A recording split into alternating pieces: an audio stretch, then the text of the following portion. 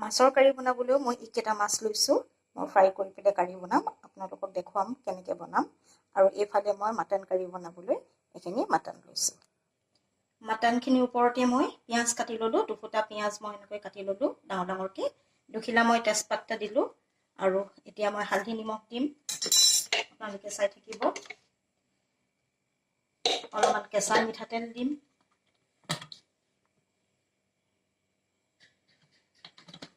অলপমান আদা নহৰু পেষ্ট দিম মই।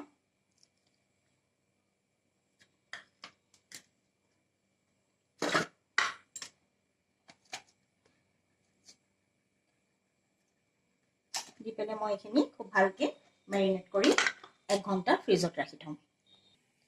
এইফালে মাছ ফ্ৰাই কৰিবলৈ তেল গৰম হ'বলৈ দিলোঁ আৰু আনফালে মাটন গ্ৰেভি বনাবলৈ মই তেল গৰম হ'বলৈ দিলোঁ। তেল মোৰ গৰম হৈ গ'ল। ইয়াতে মই এতিয়া কেইটামান পাঁচফোৰণ দিছোঁ আৰু লগতে মই অলপমান পিঁয়াজ দিম। পিঁয়াজখিনি ৰঙা পৰি আহিল আৰু এতিয়া মই ইয়াতে মেৰিনেট কৰি থোৱা মাটনখিনি দি দিছোঁ। এতিয়া ইয়াৰ ওপৰতে মই জিৰা গুড়া দিলোঁ, ৰেড চিলি দিলোঁ আৰু মই দিম অলপমান মিট মছলা। আৰু এতিয়া মই গেছৰ ফ্লেমটো কমাই পেলাই এনেকৈ অলপ দেৰি ভাজি থাকিম।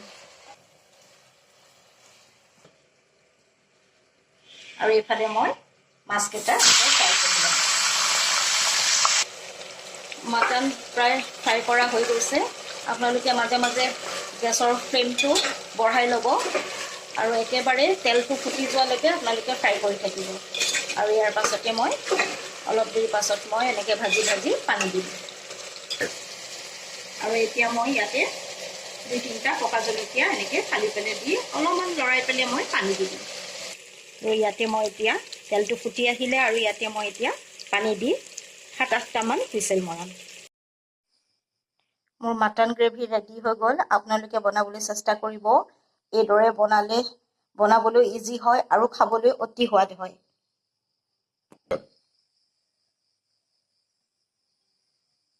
এয়া দেখিছেনে, একেবাৰে গ্ৰেভিখিনি বহুত ভাল হৈছে।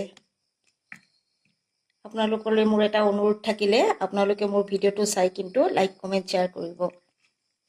মই পুনৰ ভিডিঅ' এটা লৈ আপোনালোকৰ ওচৰলৈ আহি আছোঁ। আজিলৈ বাই বাই।